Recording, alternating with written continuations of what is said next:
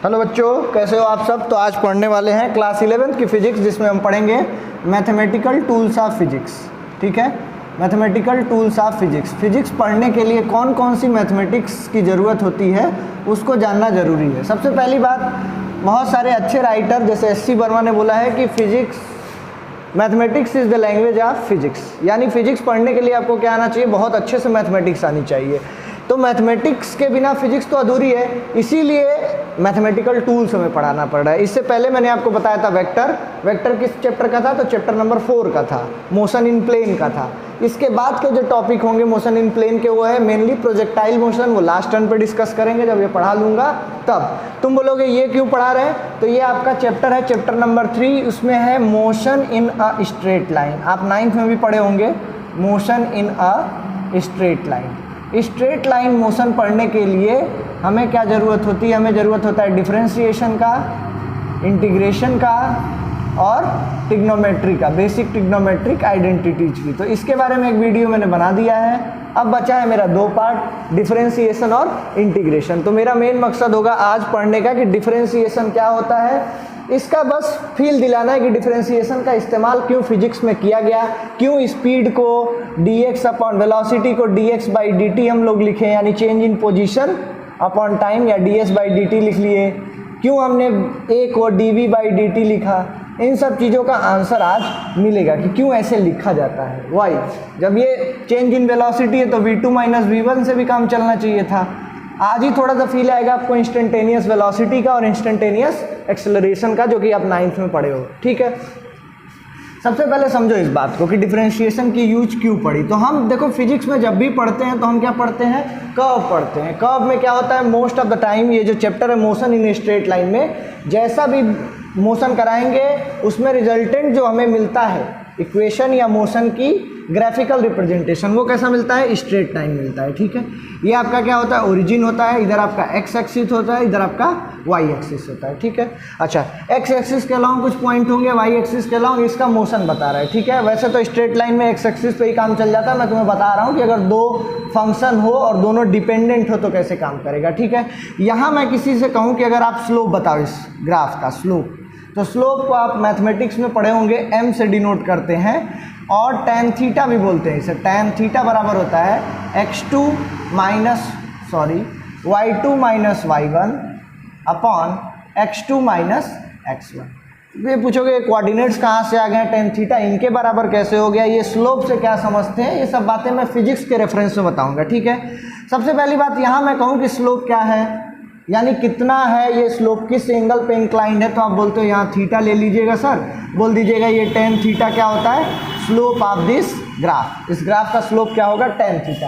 तो देखो जहाँ भी मैं कट करूँगा, यहाँ अगर मैंने कट किया, मान लो 2 पॉइंट इस ग्राफ में मैंने ये ले लिया, ठीक है, तो यहाँ पर भी स्लोप की वैल्यू देखो क्या आ रही है, थीटा आ रही है। जहाँ भी इस ग्राफ पे आप straight line perpendicular line draw करो, हर जगह एंगल कितना बन रहा है, theta, and this angle theta is slope. और यहाँ पर देखो सबसे जो बेहतरीन पॉइंट है वो क्या है, slope is constant through out the curve, या आप कर्व को स्ट्रेट लाइन जो आपने ड्रॉ किया, ये भी एक तरीके का कर्व।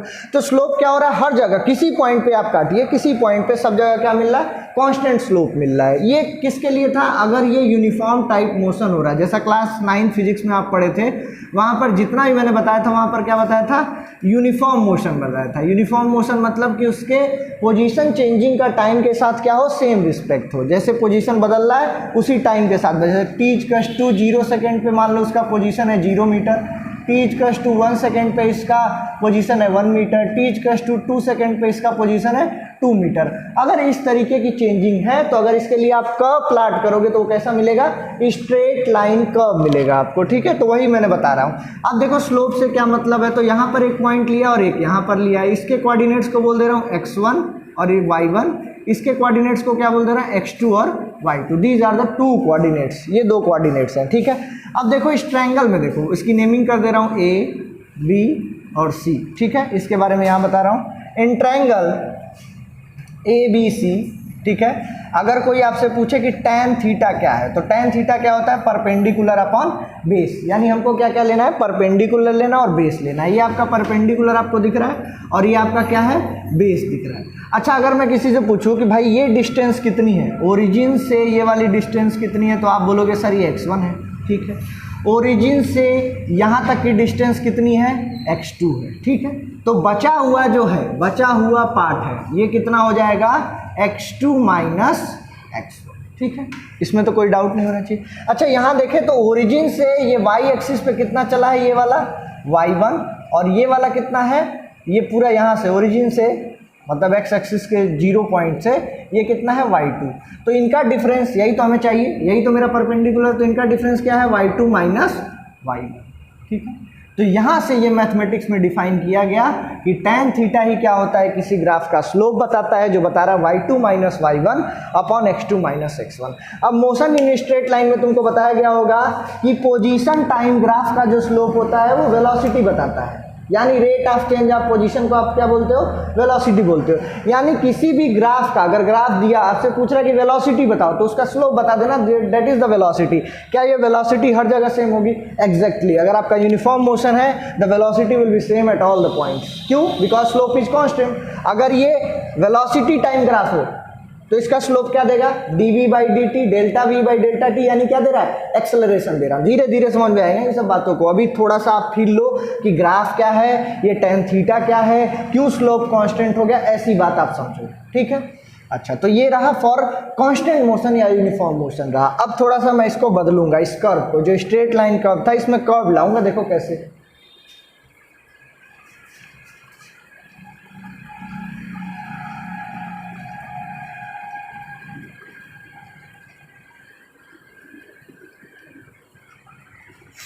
अब समझो इस बात को, अगर मान लो ये कर्व किस तरीके का हो जा रहा है, कर्व मान लो ये ओरिजिन है, ये x एक्सिस, ये y एक्सिस।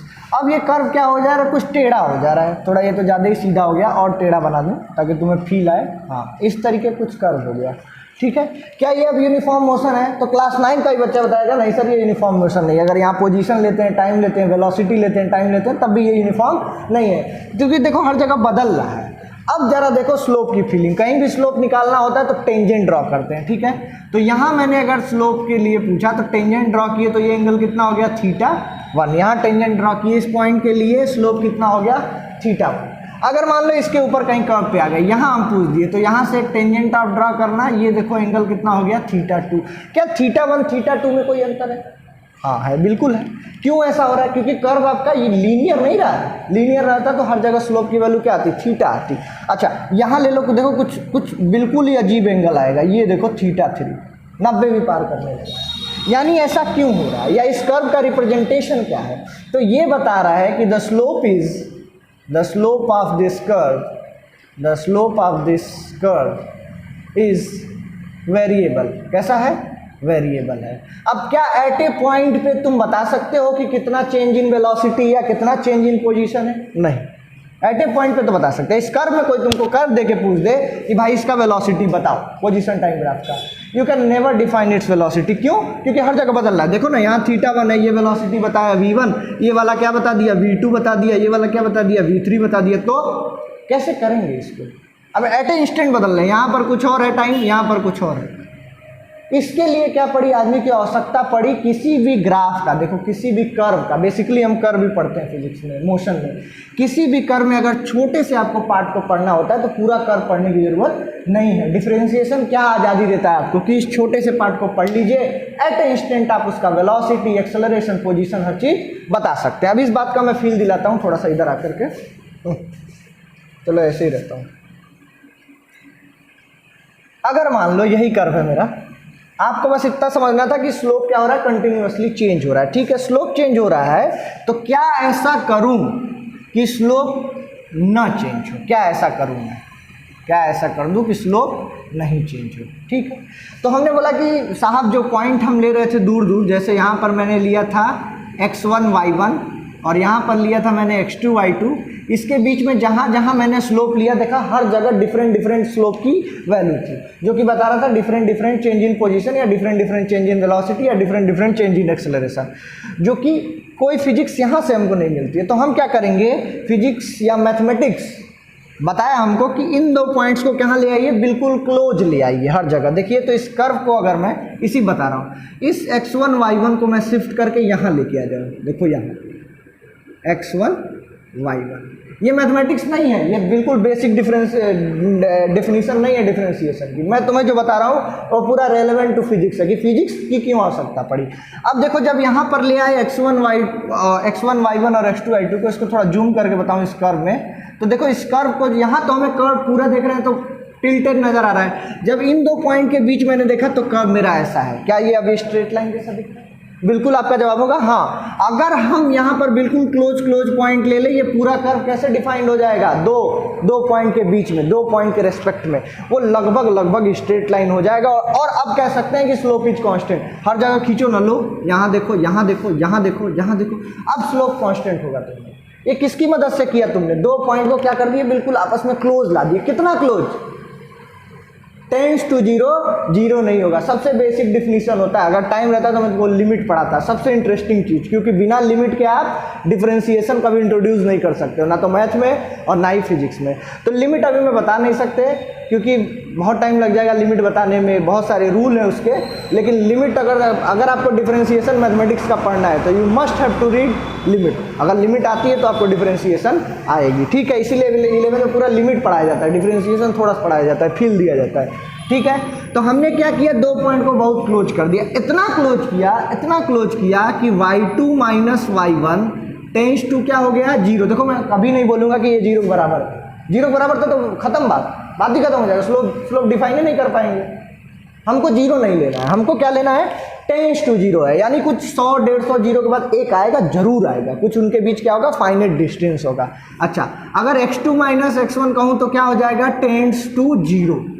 अब देखो एक बात पढ़ेंगे आप लिमिट में कि limit delta x tends to zero को जो बात आती है, x यहाँ पर रहता है तो हम इसको क्या लिख देते हैं, dx लिख देते हैं। जब आप पढ़ोगे तो समझ में आएगा। बहुत छोटे क्वांटिटी को हम क्या लिख सकते हैं, dy dx। तो यहाँ पर मैंने लिख दिया इसको dy और इसको क्या लिख दिया मैंने, dx। अब देखो कहीं भी स्लोप हमसे कोई पूछे तो एट इंस्टेंट का तो मैं बता ही सकता हूँ, क्या हो जाएगा, tan थीटा बराबर स्लोप बराबर m बराबर dy बाई dx। क्या ये पूरे कर्व के लिए आपका जवाब होगा, नहीं सर।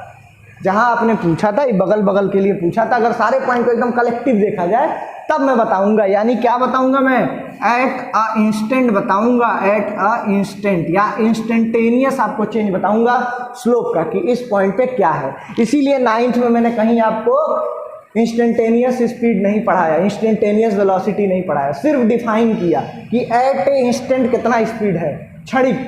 कभी सवाल किए, नहीं किए। सवाल कब करोगे, अब करोगे, एट इंस्टेंट कितना पोजीशन, कितनी वेलोसिटी और कितनी टाइम। ये पूरा का पूरा फील था आपका कि डिफरेंशिएशन की आवश्यकता हमें क्यों पड़ी। अब कुछ इंपॉर्टेंट फॉर्मूला पढ़ेंगे हम, ठीक है। बंद करें, हम गए।